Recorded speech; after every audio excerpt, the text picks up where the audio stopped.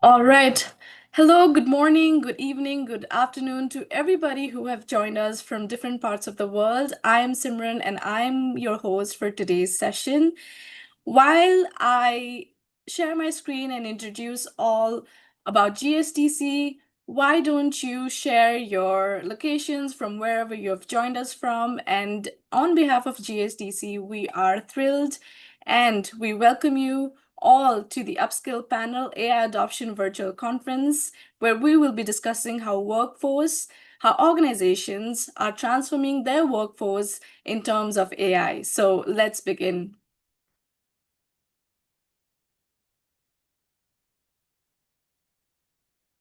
On behalf of GSTC, like I earlier mentioned, we would like to welcome you all to world's leading AI adoption virtual conference.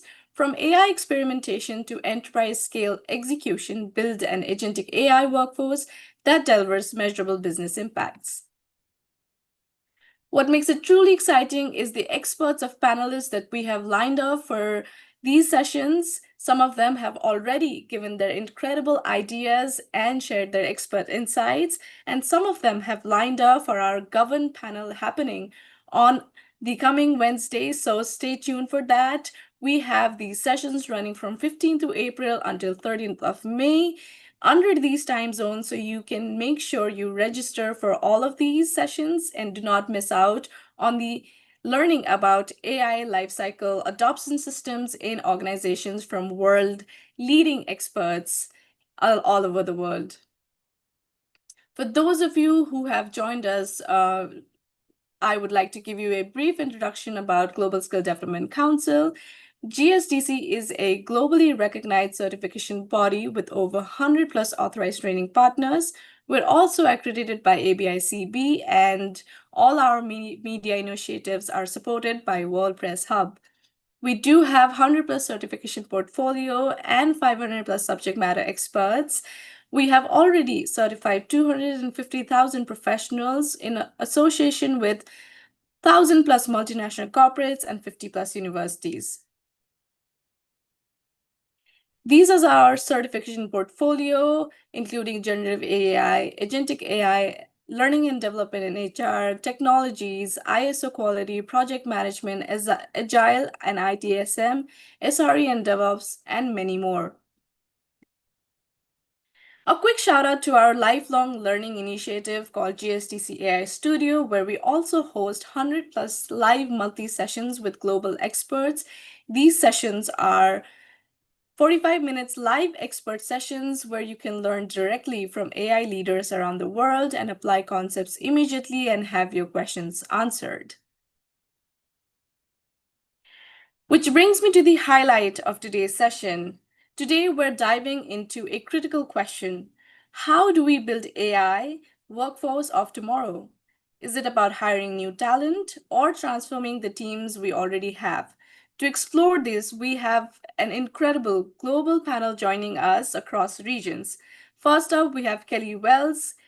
Joining us from North America, Kelly is the Director of Talent Development and Employee Engagement at Spiridian Technology. She focuses on building high-performance cultures and aligning talent strategy with business growth in today's AI-driven workplace. Kelly, can we please have your video on, please? Yes. Perfect, perfect. Yes, then now we have Christiana Ninsulescu, who is the Global L&D Manager at Cognizant from Europe with over 13 years of experience. She leads global upskilling and reskilling programs, combining human-centered designs with digital capability building. Christina, can we please have your video on? Yes, sure. Hi, everyone. Thank you so much. Next up, we have Cynthia joining us from Latin America. Cynthia is the HR head of ZUP. She specializes in talent management and organizational transformation, helping businesses scale through strategic people, solutions, and AI integration. Welcome, Cynthia. Can we please have your video on, please? Hello, everyone. Morning. That is perfect. Thank you so much. And lastly, we have Yael Iram from Middle East joining us As the Global Head of Talent Development at Tanium, she leads initiatives focused on leadership growth, high performing teams, and data driven talent strategies. Yale, it is so nice to have you. Can we please have your video on? Thank you so much. And moderating this session. Yes, Yale, you can go ahead. I just want to make a correction. My name's Yael, and I'm not in the Middle East. I'm not in the Middle East. I'm in California. Absolutely. Sorry for that. Joining us from California, we have Yael. And then moderating this session is Imsu Sangla, my colleague. And Imsu Sangla brings an experience of APAC in workforce transformation, driving impactful conversations on building future-ready AI talent. Imsu, can we please have your video on? Thank you so much for joining us, ladies, today. It is incredible to have you all, and we all look forward to getting all the insights from you. So, Imsu, I would virtually hand over the mic to you. And if at any points, participants, if you have any questions, then please feel free to use the chat box. We'll also be answering all of your questions lastly at the end of the session. So stay tuned and have a great session. Over to you, Imsu. Thank you. Thanks, Simran. And hi, everyone. Very excited to be moderating this session. We've got, leaders in HR, talent development, people development, learning and development. So yes, this is the fourth module of the GSDC AI Summit 2026, where we will be talking about building tomorrow's AI workforce today. So we've spent the past few weeks exploring how organizations prove AI's value. That was on 15th. Then we had a session on deploy, how to deploy it at scale for any AI adoption, orchestrate intelligent systems, but none of that scales if people inside the organization don't evolve with it, right? And honestly, that's where many organizations are struggling right now. We are trying to debunk it, I guess, with, this panel discussion. So today's conversation is less about the technology itself and more about people strategy behind it. So we have, four outstanding practitioners, heads, leaders who are living this challenge every day, not just theorizing it, right? So they've been, very kind enough to prepare some really pretty direct questions. So let's get straight into it. We have this session planned for about 90 minutes because we also want to dedicate, quite a, substantial amount of time to answer your queries that you will have for the panel speakers. And this session will be, systemed in 5 rounds, and each round will begin with a poll question so that we also understand where your organization stands, and perhaps each speaker who is starting off that round can take that data into their conversation and discuss around it. So without, wasting any more time, because since I'm moderating, I'll be the one talking less, and we will have the panel speakers talk more. So Simran, let's pull up the first audience poll, where we would like to look into what best describes your organization's AI upskilling maturity today.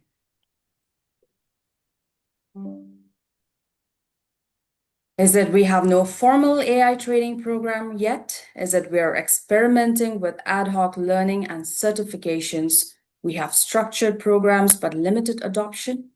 AI learning is embedded into our talent strategy, where leaders, AI literacy is a core competency across the organization. So let's see, what do we have here? We can keep this on for like 30 seconds. And once that is done, we will be sharing the results.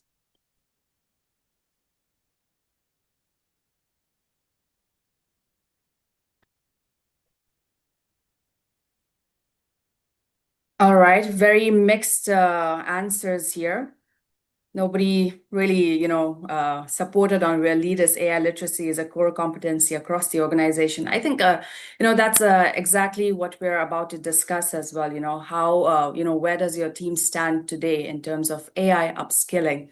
So round 1 is about taking stock, because you can't close a gap you haven't honestly measured. Every organization thinks they know where their AI skills stand, but not all of them can be right about it, right? So Kelly, maybe, we can start off this discussion with your views on it. you're on the front line of this in a technology organization. So before you answer, I want to frame this for the audience as well. We're not asking for the polished version. We want to know what's actually working. So the question is, AI is evolving fast and most teams feel like they're playing catch up. Where does your organization's AI skills strategy look like today? Okay, thank you for that question. Um, like you said, we're all under the pressure, right? Of what are we supposed to be doing and how do we quickly do it? And so I think the biggest thing was the just to do it, right? Just to get out there and do it. One of the places that we started was the change management piece. That's the backbone of all we're doing, right? There's a natural human resistance to change. And so, recognizing that, exposing employees to what is AI, and then providing them the tools, that's an essential piece of that. And then how do they apply it, having them share that information and interact. We did that in a number of different ways. One of the things was we did mass skill adoption, not awareness was the focus, right? So there were things that we put out there that were basic learning. And then we went around globally and we did hackathons with our different offices. And so it became a great team building opportunity as well, but really just saying, hey, here's some tools, play with it, come up with great ideas. And so then once we have done those, we can now expose those different projects from teams around the globe consistently to show others this is what we did, this is how we did it, and it sparks other ideas. So once we did kind of this mass adoption focus, we really started focusing on learning the architecture piece of it. So making sure that it was layered, making sure it was role-based. What project managers need is different than what HR needed, is different than what our technologists needed. And so making sure that that we focused on what was appropriate for them.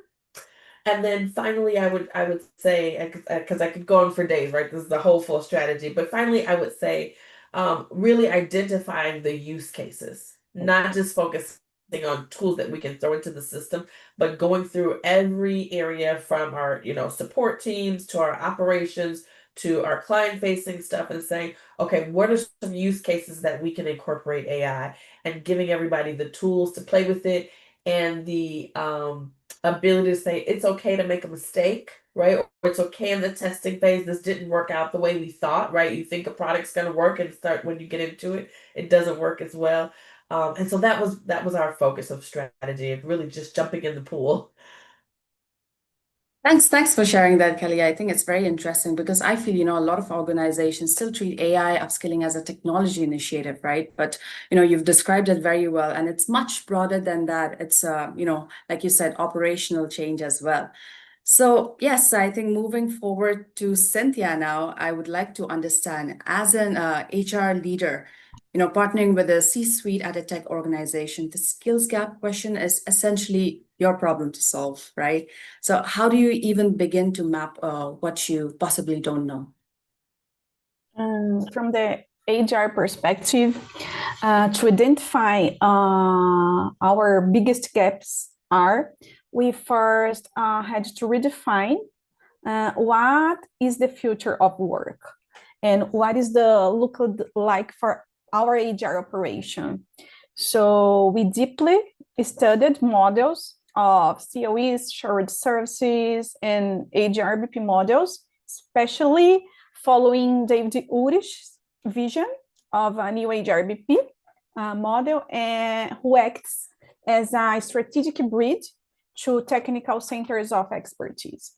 And we identified a critical gap, and we had the process knowledge, but we had a lack of the technical execution for AI, especially. And this led us to transform our operation by embedding a dedicated tech hub within HR.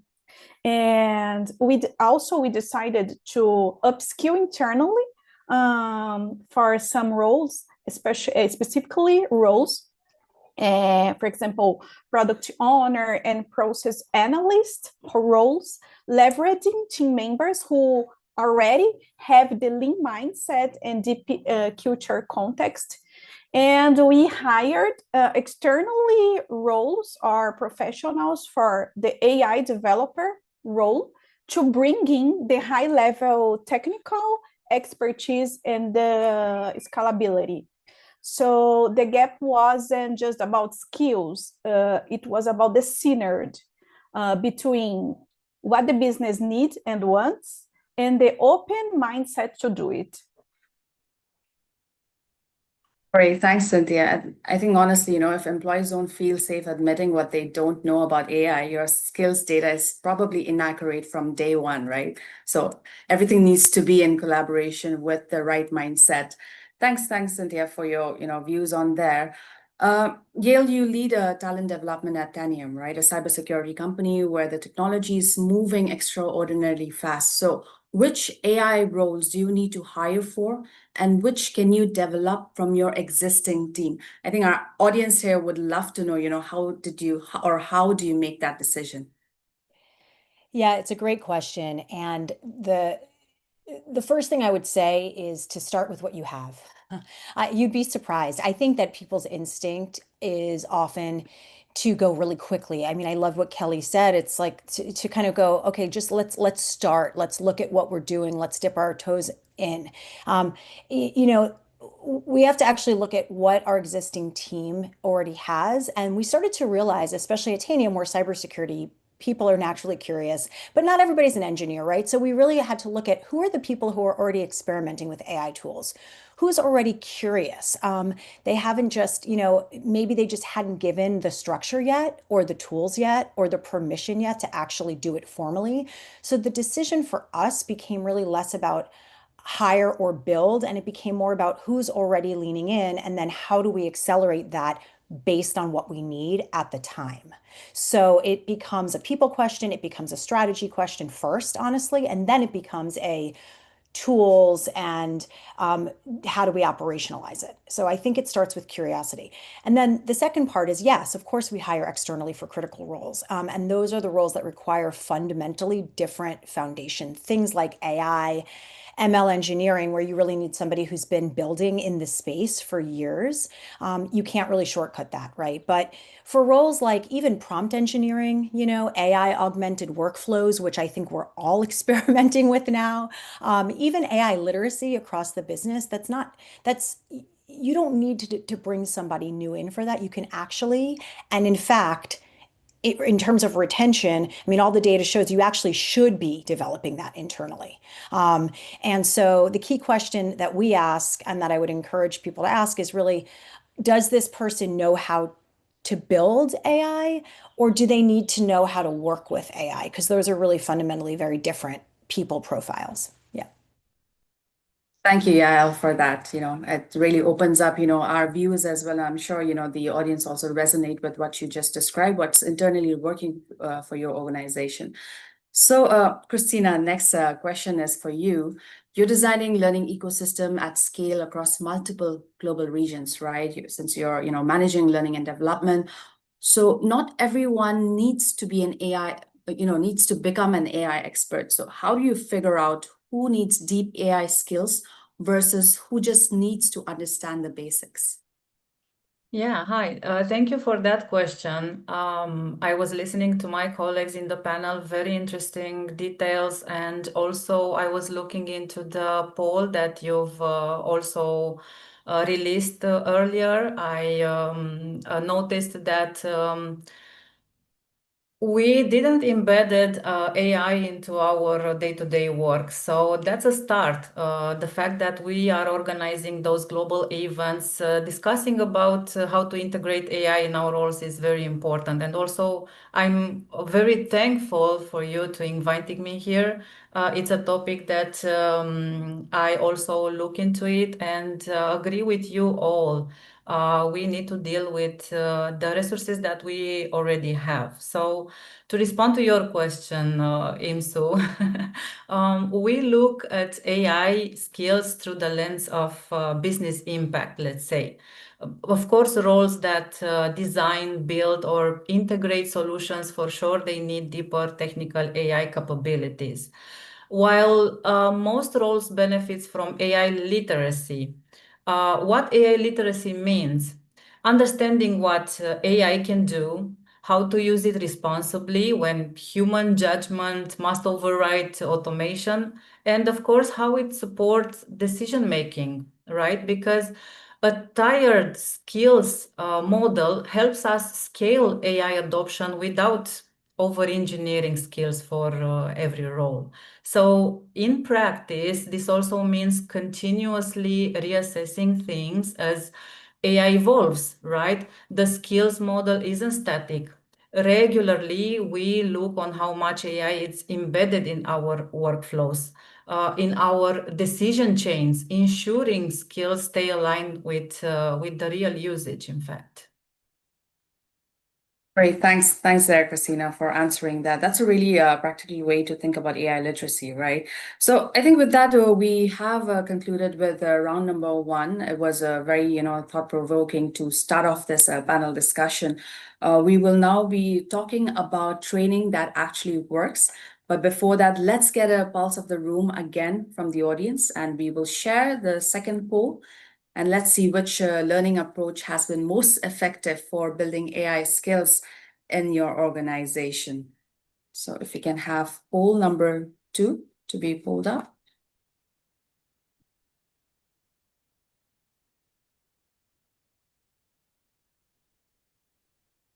All right, I guess while it's pulling up, any dive in that the panelist wants to give in from the first round, before we move on to the second one.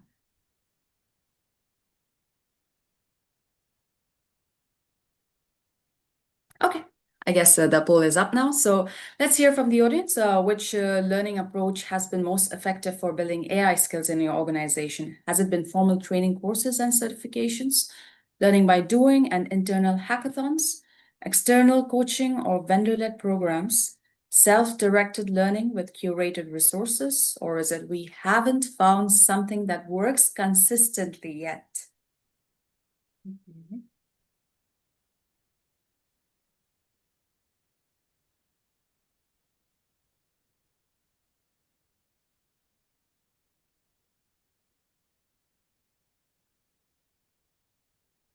I think for AI skills, in my view, learn by doing would be the most effective. Without actual practice, you might not be able to really understand how, a thing works, a platform or a system.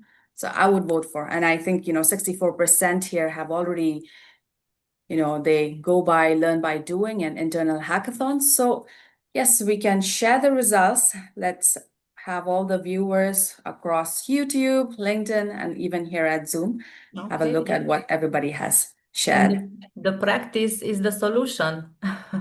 To practice more and more, as I know True. the audience has Right. the voice and the need. Correct. So yes, like I mentioned, we will talk about training that actually works. We've diagnosed the problem in the first round. So now let's, talk about the cure. There is they say there is a graveyard of AI training programs that looked great on a slide deck and died in a conference room, right? So let's discuss, and maybe, Cynthia, we can begin this round with you. What's been the most effective way to close AI skills gap in your organization? Formal training, certifications, learn by doing, or something else? Okay, let's go. Thank you for the question. It's a good question because we are trying to discovering yet. We are trying and testing every day, but the most effective approach until now was a blended learning strategy, combining formal education with experimental learning. So we launched a tailor-made program divided into 3 proficiency levels basic, intermediate, and advanced course for our organization, for all roles and areas, designed by our AI specialists to ensure a common language across the company. However, the real closing of the gap started to happen right when teams were challenged to apply those concepts that they learned in the courses, in the theory courses, to build a real world process or products. So it's that transition from theory to learning by doing. It's a mix. In some cases, our company supported some certifications, for example, AWS certified practitioner, machine learning, and others. But for us, what is working now is a blended learning strategy when you bring your day-by-day challenges to help with the AI functionality.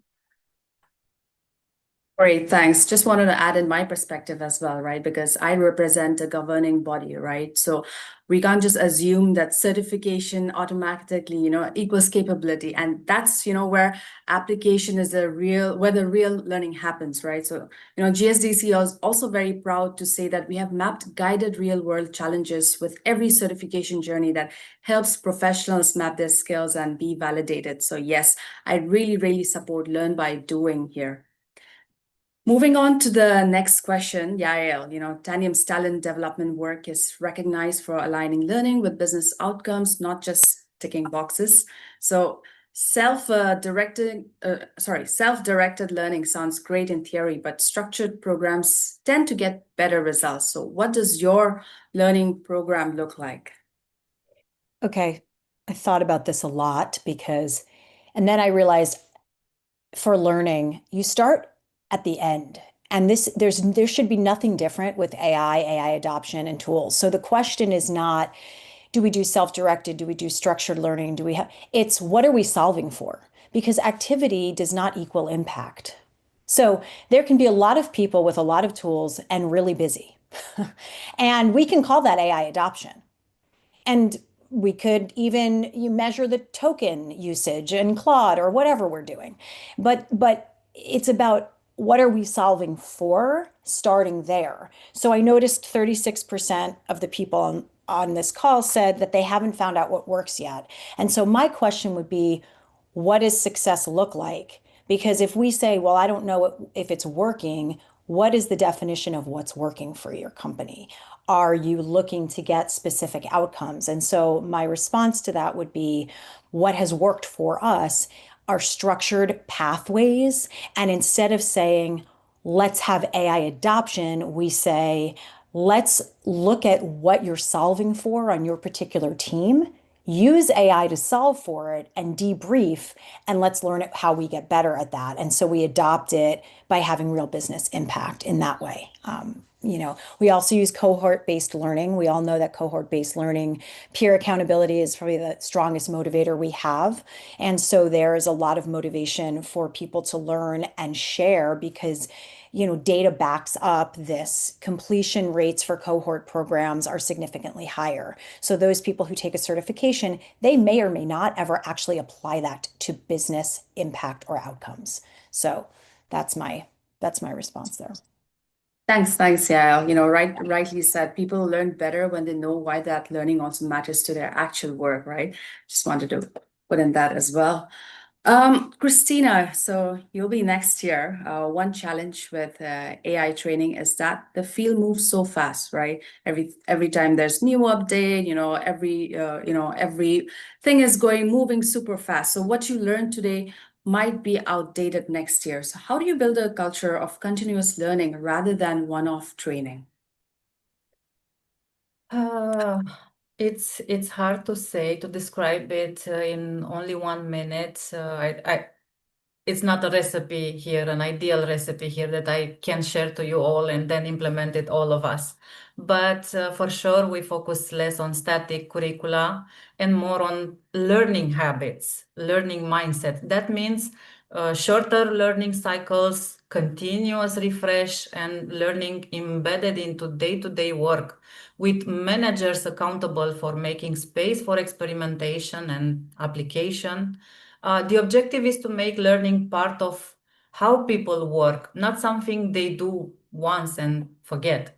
So we also normalize reframing existing ways of working as models, tools, and best practice change.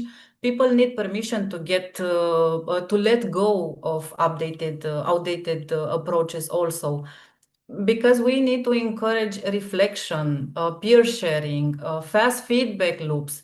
Learning become ongoing sense making, not just content learning consumption, right? So one size does not fit all for sure. We need to adapt and transform it as a mindset. Perfect. Yes, very well said out there, Christina. So, Kelly, I think, this is the make or break conversation most L&D dread, I believe. So how do you convince leadership to invest in AI training when they want to see returns quickly? What's been your best argument? I think that one of the things that we really had to talk about was, we are already paying in efficiency for every day that we are not engaged in AI, right? So AI training is a way to stop the bleed. And when you frame it in that way, it shifts the thought process. And one of the things that, again, as I mentioned before, was we were fortunate to have our executive team really support this effort. It was, if an employee saves 30 minutes a day using AI, that's 125 hours per employee right? And so you start tying those things to real hours, and hours are dollars. People start to accept it and say, okay, let me look at this a little bit differently. The other piece, and I think that it brought Yael mentioned, was we did roll it out very rapidly across the board for multiple reasons, but a piece of what was important was to having measurable outcomes in that, not just who's completing the training outcomes, but what are we actually doing in each corner, because again, we did it within, what is HR doing, what is recruiting doing, what is finance doing, what is, our public sector team, what is, so we went through every piece of the business and had very clear use cases, measurable outcomes. And then finally, as it was really a no regret, right? It was almost like you had the opportunity to fail fast. So, hey, here's the use case. Let's research what the options are. Go and test what you think is the best. If it doesn't work, fine. We've invested some time to it and very little money, but then we can rapidly change direction. And so working in that capacity in large teams, we had an AI team that worked for each business unit. That was really, I think, beneficial for us for our executive leaders to really see, okay, there is significant impact, in our day-to-day, in the bottom line, that sort of a thing. That's a very sharp argument, you just shared as well. Thank you for sharing that. So let's let the thread keep going. So we will be diving into round number 3. So we can also have our audience, participate in another poll. When you need a new AI capability in your team, what's your first instinct?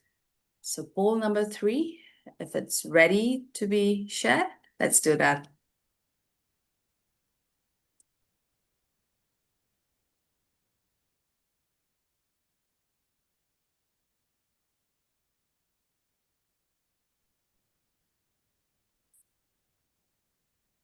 All right.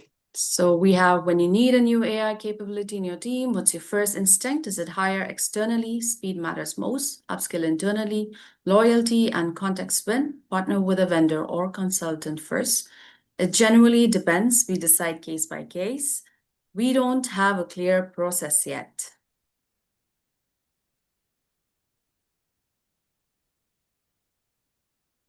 I think people who have selected, we don't have a clear process yet. This panel discussion is exactly why we're going to deep dive in the, third round. And any questions you have for the third round, you can reserve it for the end of the session.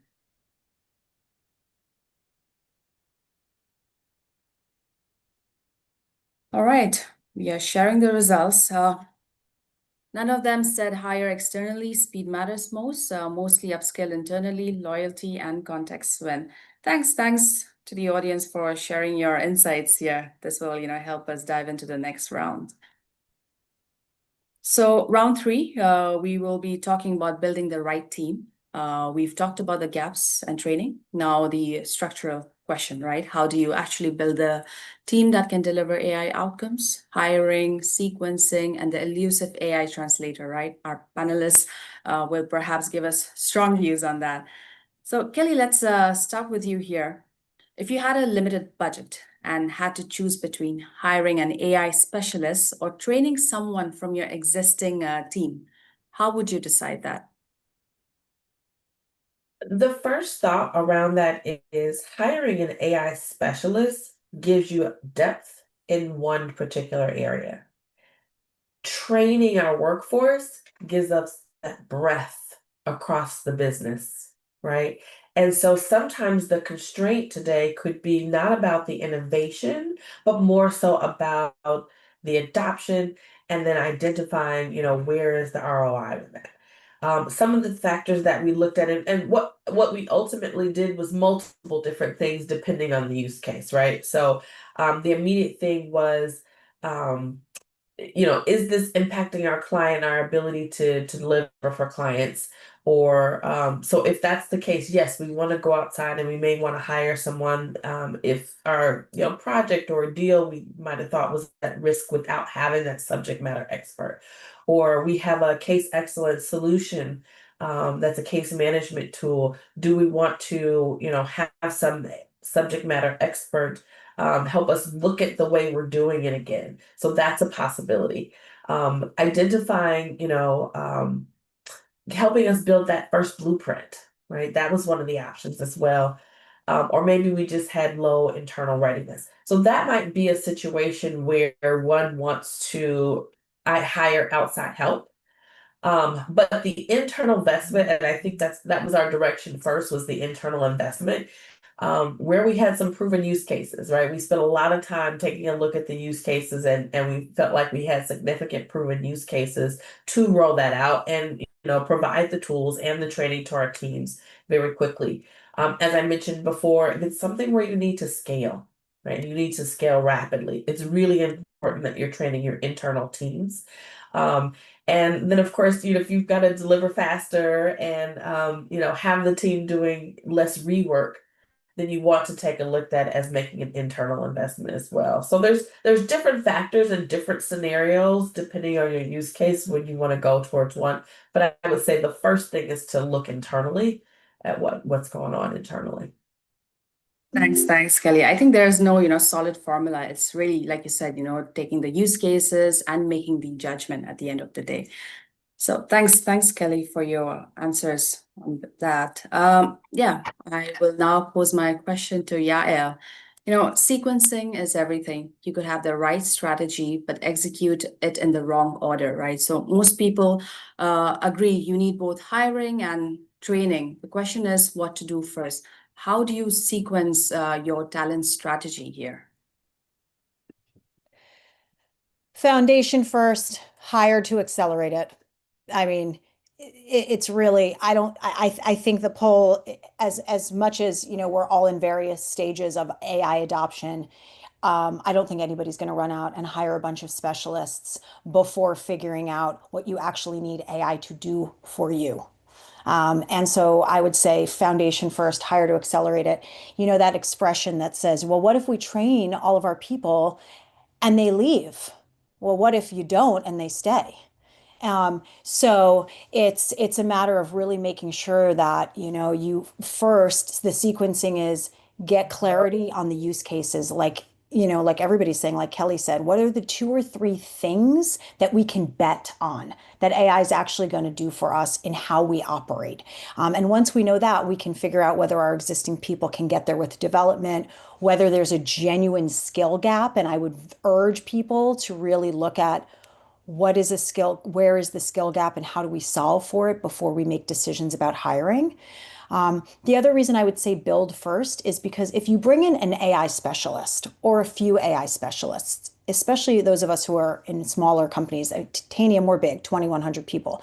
But if you have a smaller company and you bring some specialists, what you're going to create inadvertently is a 2-tiered workforce. And then you're going to have people who come in, the new hires, who feel like they're quicker, they're faster, they're operating in a vacuum. And then you have those other people who have the institutional knowledge who might feel behind or threatened, etc. So culture really matters here. And this is also an opportunity for us to look at how we're building the culture of AI. So I would think about those factors. Yeah. Thanks, Yael, for sharing us that model that has also worked within your organization. So, Christina, moving ahead with you, one of the hardest skills to find is someone who can translate AI capabilities into real business outcomes. So, how do you develop that kind of person? Yes, well, that capability often sits at the interaction of technology, domain knowledge, and communication also. We don't try to hire it fully formed. Of course, if this kind of superhero exists, just let us know for sure. But instead, we develop them by exposing people to real business challenges, cross-functional collaboration, and decision-making environments, right? Because over time, individuals naturally grow into strong translators between AI capabilities and business value, right? So what accelerates this growth is accountability. When individuals are asked not to just contribute technically, but also to articulate the impact, trade-offs, risks, right? They start thinking differently. So over time, they shift from what can this model do to what problem are we solving and why does it matter actually? Thanks, Christina. Collaboration, on again, it's very important to communicate what you want to run and how you want to, fulfill. Thank you for sharing that. Cynthia, for you as an HR leader who's integrating AI into people processes, you're probably sitting closer to this governance question, probably, most of the time. So AI governance and ethics roles are showing up in every framework, but very few actual organization charts. So should that be a dedicated role or can it be embedded into existing positions? I believe in the dedicated role. There is a big gap in today's org charts. I see in my company legal and compliance departments leading the chart, but they are often playing catch up, trying to understand how to ensure ethics through the process after a tool is already in place. So by making this a dedicated role, we move from reactive compliance or reactive area to proactive ethical design. This kind of role or responsibility offer a connection between technical execution and human values, ensuring that AI implementation doesn't just meet legal standards, but aligns with the company's long-term integrity. That's my point of view. Thank you, Cynthia. I think with that, we are closing off the, third round. We will move on to the fourth one. So let's engage with the audience once again with poll number 4, which is about what's the biggest cultural barrier to AI adoption in your organization? Is it fear of job displacement among employees, leadership reluctance or skepticism, lack of psychological safety to experiment and fail, siloed teams that don't share AI learnings, or is it no clear AI vision from the top?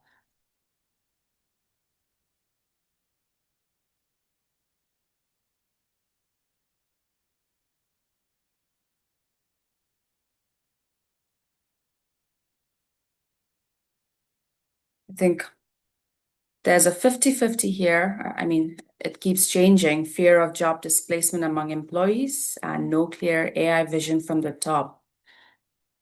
That's telling, and honestly, it mirrors what I hear in most boardroom conversations about artificial intelligence, right? The technology is rarely the blocker. People are still confused or probably skeptic about adopting it. So thanks to the audience for sharing your views here. The round 4 will be about culture, mindsets, and beyond technical skills. We can design the perfect learning program, hire the right people, and build an elegant org chart, right? And still, fail. Because the hardest part of, I believe, AI adoption isn't technical. It's human mindsets, culture, and making non-technical people genuinely capable. That's what we're going to discuss now. First question is for you, Kelly. Traditional IT culture and mindset shift might be the most challenging combination in this space. So beyond that technical stuff, what mindset shift do teams need to work effectively alongside AI? How do you foster that in a traditional IT culture? Okay. One of the things to take a look at from a leadership perspective is, do we have the right people in the right roles? Right now that we're shifting, is this leader in that team someone who has the mindset to take us to the next level, right? Or do we need to look at having people in the right roles? The other piece is ensuring that your what's the word I want to say? Your generation that has less experience, but they're more adaptable, probably been more exposed to this because they've been in the universities, right? Making sure that they feel comfortable and a part of the conversation and a part of the experimenting. And that's a part of that mind shift. And having your management team who may be a little more seasoned, they're really comfortable inviting them into the conversation and incorporating their ideas and really bridging the gap. And that's a really great place to start. And that's hard, right? Because people do feel threatened, right? So making sure that they feel comfortable and understand the bigger picture of why this is important to all of us. And then secondly, I would say is going from doing the work to really designing the work, having a different mindset of like how an architect gets things done with an AI component versus thinking, oh, I've done the task, I've done the task, I've done the task. Also shifting the mindset from perfection first, more so of like an iteration first, right? So having a generative fast mindset and really being able to refine that with intelligence. And just, I don't want to keep going on, but just embedding AI into how we work, making sure that the entire workforce, right, your entire team understands what's expected, right? The conversation, it just isn't having at the top, but ensuring that everybody understands what's expected, having the ability to measure the impact, right? Not just the who completed the training numbers, but what real impact has this had? And then ensuring that it's being discussed every day. This should be a conversation at all of the levels every day, right? Not just the executive level, not in just training, but every day there should be conversations about how we're changing the way we work and the processes and leveraging the tools. Right. It's really, behavior change design applied to AI adoption. So thanks, Kelly, for your answer. Christina, next is you. When you're training large numbers of people on AI, how do you make sure the training actually changes how they work rather than just ticking a box? Thanks. So I'm also observing the poll result that the results that you've launched. Very, very important things to mention here.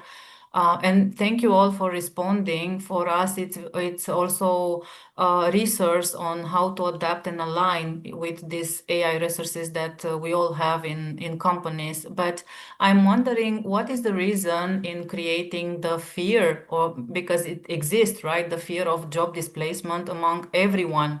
So now I'm moving to the other question that everyone is response, no clear AI vision. For that, we need to create a strategy. We have the need to know what is the reason that we maybe need to tick a box to complete the training, to create our base, our foundation, then to understand the AI literacy. So those are connected, and transparency in that communication is very important. And yeah, thank you just for seeing those results. It's very important on how to build my response to your IMSU, because training changes behavior only when it's connected to real work. Okay, so we focus on use cases, on role-based examples, and immediate application, not just concept. Okay, so success isn't measured by training completion, but by whether people use AI differently in their everyday tasks and make better decisions as a result. I see that reinforced through leadership behavior also. When leaders actively use AI, talk openly about experimentation, and share both successes and failures, it sets a clear signal. So this culture shifts not when people are told that AI matters. Yes, we all know AI matters, but when they see it actively shaping how work gets done, it has the impact. And then we know why we are using that and what is the advantage, the what's in it for me as a role. Great. I think very well described here, Christina. Thank you so much, for sharing that with us. Cynthia, this question is for you. If you think about AI readiness as a ladder from aware to expert, where does most of your workforce sit today, and where do they need to be in a year? Thank you for the question. I see the AI readiness ladder not just as individual knowledge, but as a collective capability. Today, many in the workforce, especially staff areas, sits in the aware stage, and they know the buzzwords, but haven't touched the engine. In a year, we need them to be at least capable or in the practitioner. To get there, we must shift the focus from how AI works to how AI facilitates our work. We need to understand the AI lifecycle, in the identifying use cases, assessing data quality, and managing legal implications. When these roles work side by side with developers in an agile environment, they cling that ladder through the accountability of delivering a product together. So literacy is built when buzzwords transform the work in functional requirements. Thanks for that answer there, Cynthia. I think this is the last question for the fourth round, and that is directed to you, Yael. There's a tension between optimizing for AI and optimizing for people. How do you balance both without falling behind or losing your team? Yes, I think this tension is actually a false choice. It's a great question, and I think it's a false choice, but only if you're intentional about how you introduce AI. So the moment people feel like AI is being optimized at them instead of with them or for them, you've lost them. So it's a people strategy failure. It's not a technology failure. And I think, what Christina said, it's exactly true. What's worked for us is involving people early. And I mean genuinely early before decisions are made, not here's your training, but we're thinking about this. What would make your job easier? What would make your job better? And how do we change that dynamic? So this whole idea of optimizing for AI versus optimizing for people, I think it's a mindset shift. And back to leadership, it's really up to the leaders and to all of us on the call who are supporting others, whether you're in a people leadership role or not, to really look and say, there is no I'm over here, our people are here, and AI is here. This is entirely embedded into our strategy of people. And so the moment that we start to think about AI as separate from people development, we're lost. That ship has sailed. That's not happening anymore. And so I think that that's a really important reframe. The data is really consistent on this in terms of organizations that are investing in true people-centered change management alongside with AI adoption, see significantly better adoption rates and retention. So that's what I have to say about that. It's a human layer embedded into it. Yeah. Very well said. Yeah, thank you. And I think, the panel discussion has been going really well. The participants audience also have a lot of questions. So we will dive into the final round, and then, everyone watching on whatever platform, be prepared with your questions, because the panel is also ready to answer all of them. So yes, we will run the last poll where we would like to understand in 2 years, which of these will be the most critical AI-related talent priority? Is it going to be hiring AI engineers and data scientists, reskilling existing technical teams for AI-augmented roles, building AI literacy across non-technical functions, developing AI ethics and governance specialists, creating internal AI translators who bridge tech and buzz?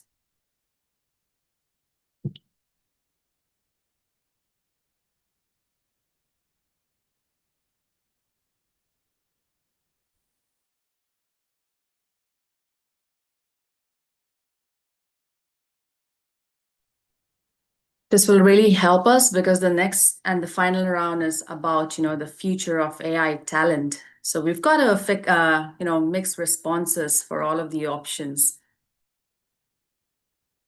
So yes, I think the highest has been building AI literacy across non-technical functions. The final round, we've been practical and grounded so far. That was, intentional. Now I'm giving our panelists permission to look forward.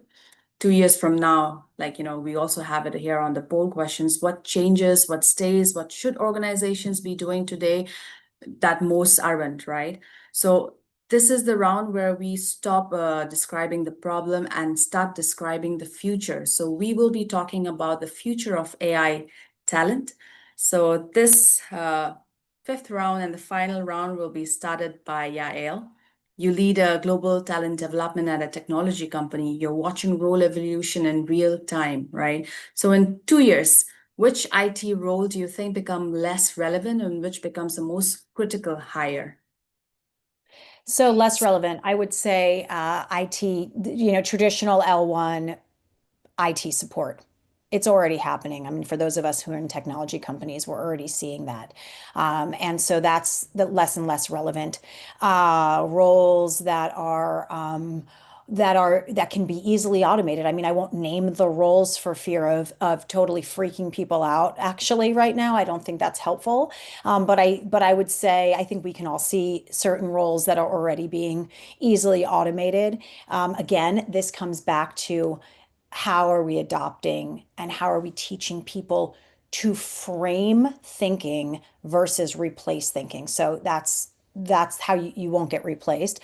So most critical hire, honestly, I would say the AI fluent security analyst. I mean, that's for an AI, a technology and cybersecurity company, right? Someone who understands both our threat landscape and how AI changes the attack surface. That's very cybersecurity specific. But at Tanium, we sit at the intersection of endpoint security and AI. So we feel this very acutely. So the demand for that profile is going to massively outpace the supply. And the companies that develop that talent early, rather than waiting to hire it, are going to have a real edge as far as the security space.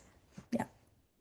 Thanks. Yeah, I think, I suspect some people in the room are feeling either relieved or, nervous as well. So the point isn't to alarm, it's just to plan. Knowing which direction roles are moving is I think, the precondition for strategy. So, Cynthia, next question for you. Should organizations build AI skills internally or partner with universities, training providers, and certification bodies? What's worked for you? Okay. As I said before, I believe the most sustainable model is a blended ecosystem. What worked for us was a blend of internal expertise and external certifications bodies. We worked together with AI specialists to design AI literacy program, ensuring our baseline, and this keep the institutional knowledge, and in a specific business context, the external partners provided the technical rigor and the formal validation through certifications.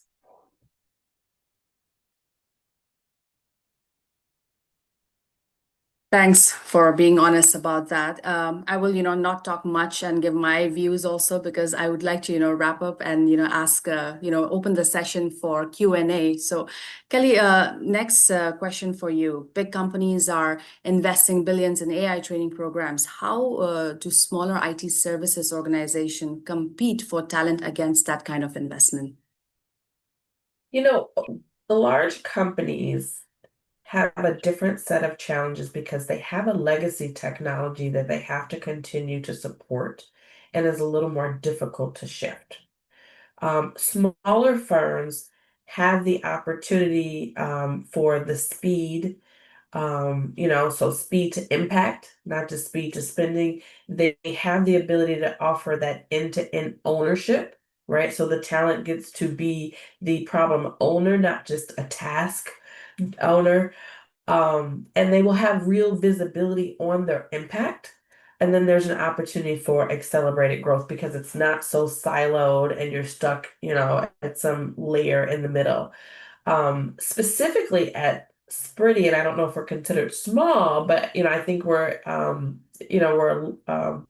very agile and very much work like a small company, which we appreciate. But at Spritty, my thought is like you won't be one of thousands learning AI, right? You'll be one of the people building it into real work. And we see that impact. You'll see that impact as a professional, your impact within 60 days to clients. And so I think that's the biggest difference is the opportunities are a lot more open and plentiful when you're in a smaller environment or an environment that is similar to ours, where we still have that small impact feel, but we do have the support behind it.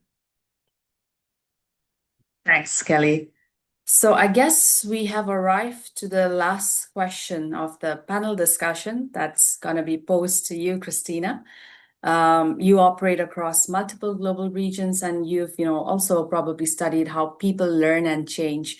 So beyond specific roles and skills, how is AI fundamentally changing what work looks like in IT services? Let's close the round with this. And I bet that we are running out of time, right? I need to answer quickly and faster. That's okay. We can have some more minutes because next will be Okay. for Q&A. Yeah. Yeah, thank you. That is a very deep question, and I'll try to give you some reflection on that. Well, by augmenting people, AI is shifting work away from repetitive execution toward judgment, creativity, and also orchestration. See, we become more independently through AI tools. So many roles now spend less time producing output and more time validating, steering, and improving the outputs, right? So the that changes how teams collaborate, how entire productivity is actually defined, and what value really means in IT market and IT services also.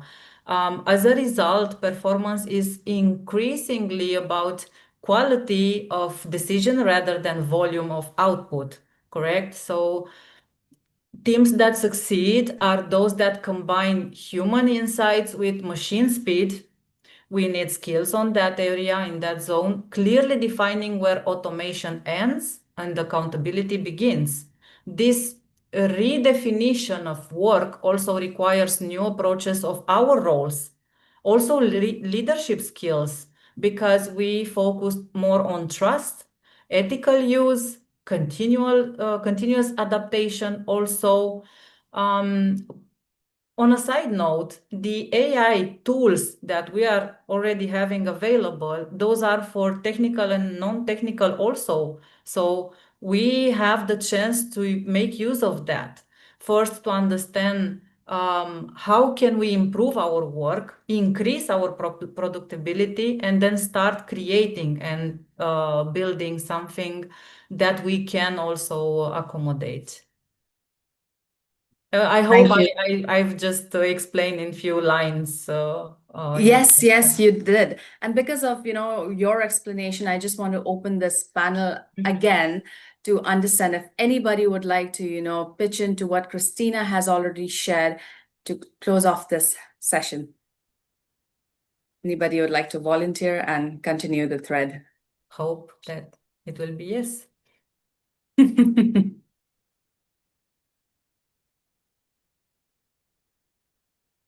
All right. I think No? Christina, you have summed it really well, and we are very happy. This upskilling session was very important because, you are trying to adopt AI within your organization, but if you're not training your people correctly, then it fails, right? You need to also teach them about governance. You need to teach them about how to deploy. So we have really, organized this webinar panel discussion so that to understand the entire life cycle ecosystem of AI adoption, starting from value, deploy, orchestrate, upskill, and the last session we will be focusing on govern. So thank you to all the panel members, for answering your honest views on every round and every question. We will open the floor for Q&A from our participants. I'm sure a lot of them have already, parked their questions, and Simran, our host, has already noted them down. So I'm gonna hand over the rest of the time to Simran. Thank you. Thank you, Imsu.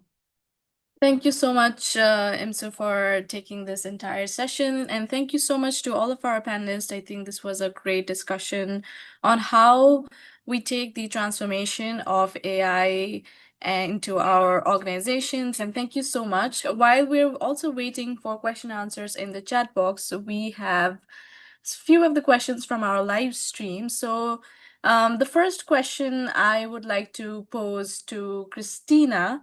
And Christina, so there's job roles in our company are evolving rapidly, and employees are unclear about what's expected of them in an AI-enabled workplace.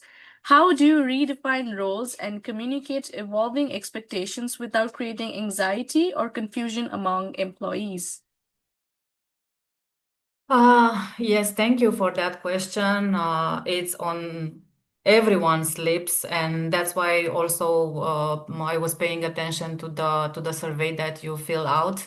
The anxieties are created because we have the fear of not knowing what to control. Whenever we cannot control the future, the anxiety will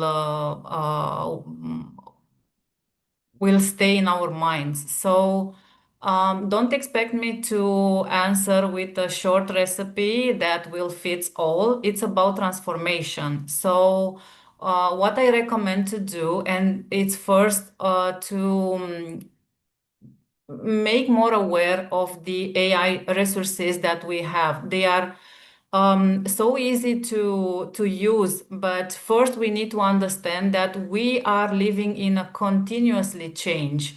So a training will not solve that. Will not solution any mindset transformation, but we can bring the machine tools into our roles to increase the productivity and start building something bigger. So my question to you in return is what you can bring bigger, because you are the expert, you have the solutions and also the answers. Just measure that and see how can the AI tools and trainings that we all have maybe available can help you transform your role. Become that role much more complex that you already have it. What do you say about that? Yeah, thank you so much, Christina. It was very thorough, and the more aware we are, the more hands-on we are. There's less of like insecurity about our roles, and thank you so much.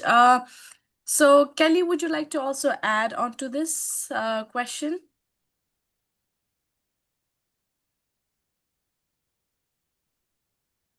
I'm sorry, can you repeat the base of the question again? Yes. So, how do you redefine roles and communicate evolving expectations without creating anxiety or confusion among employees when job roles in companies are evolving rapidly and employees are unclear about what's expected of them?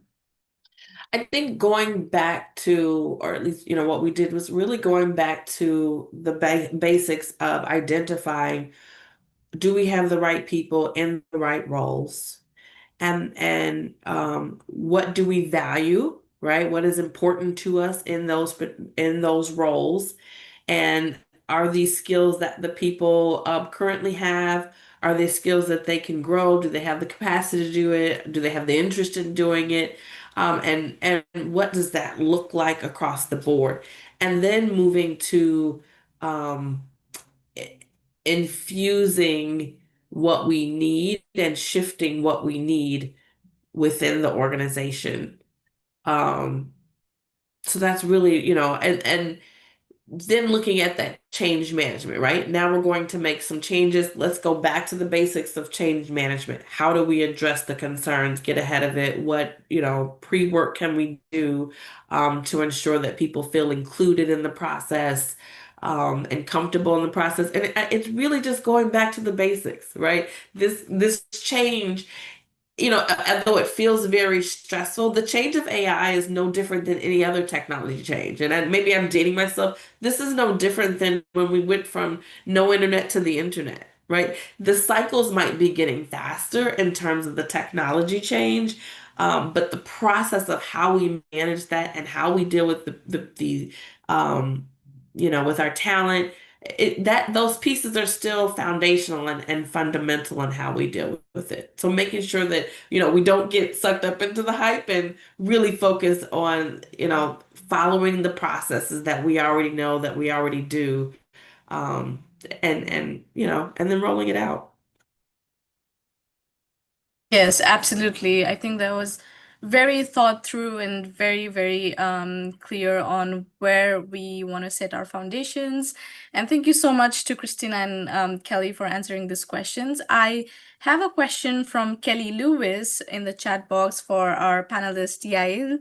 I agree with all the forward-thinking thoughtfulness about including people and making AI human-centered for successful business results and transformation.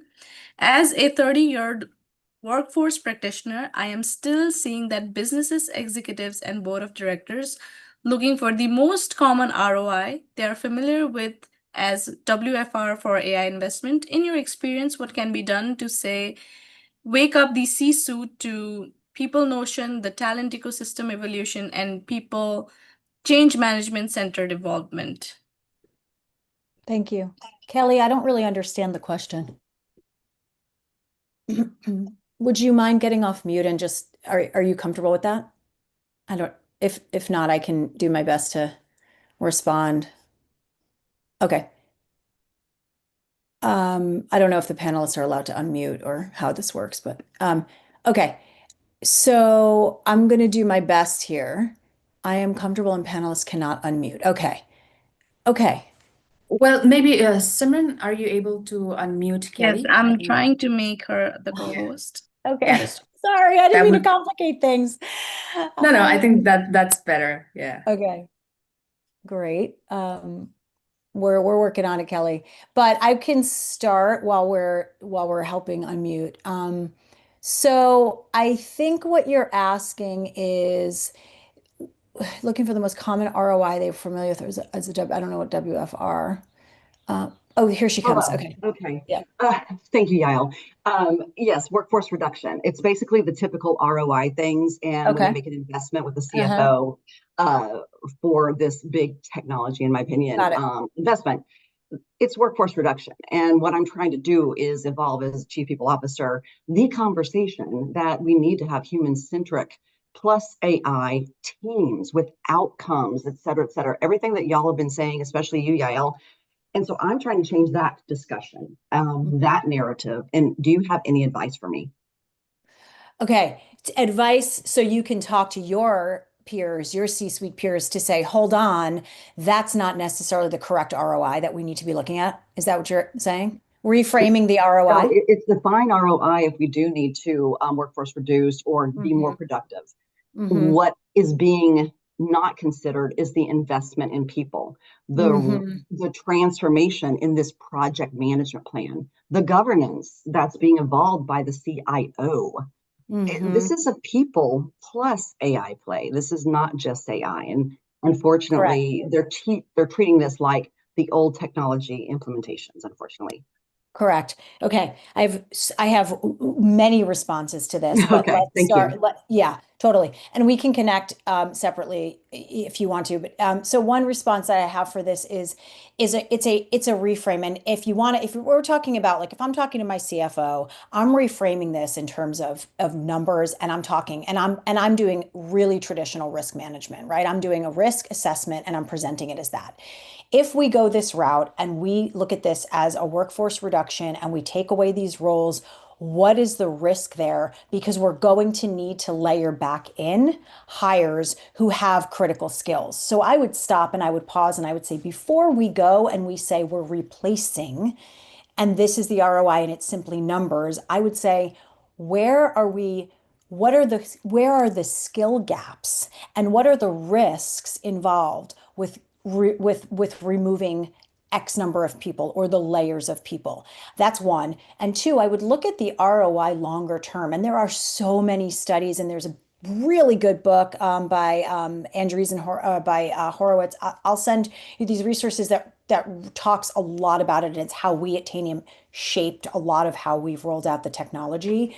So it's a reframe. It's a reframe around risk, and it's a reframe around short-term gain or longer-term investment. Those would be my immediate responses without taking up too much time. Yeah.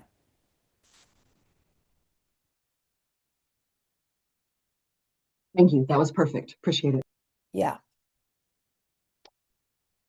Right. Thank you so much, Ayo, for answering this Kelly question. I do have a question up next for Cynthia. Cynthia, somebody from our LinkedIn Live has commented that we are a mid-sized company with limited budgets and investing in AI infrastructure tools and training all at once isn't feasible. If you had to prioritize, where should organization invest first to get the most impact from AI adoption? Could you repeat the last part, please? Yes, absolutely. If you had to prioritize, where should organizations invest first to get the most impact from AI adoption with limited budgets and investing in AI infrastructures? Let me think about it. If I have a limited budget to invest, I would try to make all the process and things inside the company, because I'm from IT technology. We are tailor-made, so we every day trying to discover new ways to transform the organization. So maybe I would create a multifunctional team to understand our specific needs and work on it. I think the market offers good tools, but we know our environment, our challenge day by day. So I think I would invest my time to develop people, to develop training, to develop tools inside the company. I tried to do my best. Yes, absolutely. Thank you so much for answering those questions. And I'm going to pose this question for whoever can volunteer and take this up. This is, I think, one of the most crucial, important questions as well. What's one workforce trend related to AI that most companies are underestimating today? Yes, would anybody like to volunteer for this question? Can you repeat it one more time? Yeah, absolutely. What's one workforce trend related to AI that most companies are underestimating today? I can jump in here, and I would instantly and overwhelmingly say garnering the energy of our workforce around AI right now. It's about everyone is engaged, whether it's terrified engaged or whether it's leaning in, curious engaged. There is such a high level of engagement, and our ears are all up. Your workforce is paying attention to something new. And so harnessing that's a workforce trend we're seeing is we've got to get people now while they're leaning in, paying attention, curious, even a little bit fearful. How do we really make the most of that energy? That would be one thing. I don't know if that's a trend, but it's definitely something we're seeing and we're noticing. And I think it's important to get ahead of as early as possible, figure out how to steer that energy. Yes, absolutely. Also, Christina, if you have something to add, then you're most welcome. Yep. Thank you for inviting me to answer to that. Even if I cover training strategies in my company, it's very important to mention that it's a team collaboration here, starting top down, starting with upper management, and saying that we cannot just show with our finger one specific workflow, but the entire AI, because not embracing AI top down into our business roles that we have, it's maybe something that will not make us evolve. So not accepting the fact that those tools, those machines will not increase our productivity, it's maybe something that will not bring us up front and not making us to evolve. So I think it's very important to start from the top by creating the specific strategies, by placing our specific role in the strategy, in the decision making, understanding how our roles will participate in this big AI process implemented in the entire company, maybe in every company right now. So not using it will be a loss. Absolutely, that is very well put. And I think somebody had also mentioned earlier that the whole wave of AI is very similar to back then when we started adopting the internet. And the world now belongs to AI savvy people. People who are fluent in AI would definitely get a competitive edge. So thank you so much. Kelly, I'd also like to learn from you. What do you think about the most underrated skills about this question? So, and then possibly we can wrap this session up. I believe that you asked about underrated from an executive perspective, if I recall. I think that what we've heard echo repeatedly is the human part of this. I think even for executives, they can be in the chamber of listening to other executives talk about it, right? And sometimes you have to stop and take a look at like the actuals of what's happening, not just the what sounds good while I'm presenting, but what does that really look like in the workforce? And I think, if they have the opportunity to peel back the layers, their HR teams, right, and their managers are saying the same things that we've echoed here, is that this is about people and process, not solely focused on the technology. And if they're missing it, they're going to miss the mark significantly and then have to kind of clean up that mess, right? So I think that leaders that are understanding that this is a multi-tiered conversation are the ones that are going to have the most success with the rapid changes. Absolutely. Right. Thank you so much to all of our panelists for giving us this thorough answers, and we pretty had a very engaging discussions as well.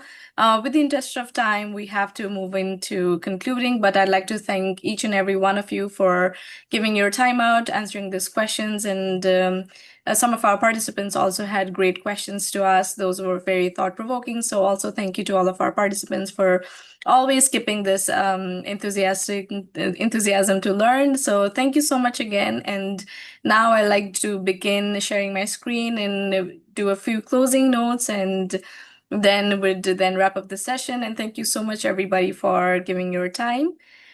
With that, if you have any questions, any concerns, and any doubts you want to post to our panelists, I have also shared their LinkedIn profiles, so you can definitely reach out to them and you can take that offline. I'm pretty sure that they'll be more than happy to take it out and answer your questions. With that, we do have, as GSDC, we do have AI certification courses that you might look into. We have AI Foundations, AI Tool Mastery, and AI Domain Specialist, AI Strategic Integrator, AI Guardian, and many more where you can also get certified based on what skills, whichever field, whichever domain you want to take up next and upgrade yourself. We also have a GSDC Spotlight of the Week where we encourage all of our participants to document a key learning from their sessions that they have attended and post it on their LinkedIn and tag GSDC, and we'll be announcing the winners and some surprise vouchers towards the end of the sessions for whoever has become our Spotlight of the Week. So make sure to also document and share your learnings, because sharing is the way you spread awareness. And it's about just sharing your expertise and insights with the world, and that gets you going in the world of AI. We'd also like for you to also connect with us. We do have our WhatsApp channel where we make announcements for our upcoming webinars and upcoming panel discussions and everything. We do have Instagram. You'll find all the recordings of the sessions on our official YouTube channel from Global Skill Development Council, on our LinkedIn page as well, where you'll be able to see many of our posts relating to our events, GSDC AI Studios, and panelists and everything. So make sure you also are connected with us for more information regarding various sessions that we have coming in the upcoming time. Lastly, I would like to again thank you to all of our panelists for taking their time out, sharing this incredible ideas, discussions that they have, and to all of our participants for also joining us, and finally to our moderator for moderating the sessions beautifully. And thank you so much again. I would love to see all of you in our upcoming sessions for our AI adoption conferences and many more. Until then, I hope you keep learning, keep the enthusiastic going, and I will see you next time. Till then, have a great day, have a great evening from wherever you're joined, and I'll see you next time. Thank you so much.